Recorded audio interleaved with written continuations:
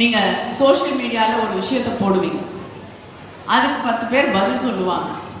அதுல 4 பேர் நீங்க சொன்ன கருத்துக்கு பதில் சொல்லாம உங்களுக்கு பதில் சொல்லிட்டு இருப்பாங்க. அந்த கருத்துக்களை கண்டு மறுபடியும் போய் தயவு செய்து வீட்டில் முடங்கி விடாதீர்கள். அதுக்காக தான் அவங்க அந்த கருத்தை சொல்றாங்க.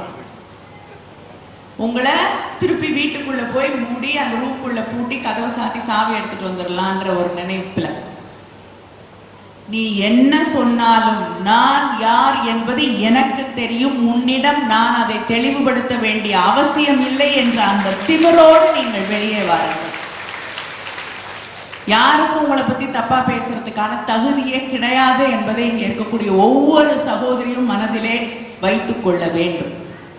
நம் மகளிர் அணியில் இருக்கக்கூடிய, நம்முடைய இயக்கத்திலே இருக்கக்கூடிய, பொது வாழ்க்கைக்கு வரக்கூடிய அத்தனை சகோதரிகளுக்கும் இதைத்தான் திரும்ப திரும்ப திரும்ப சொல்லுகிறேன்.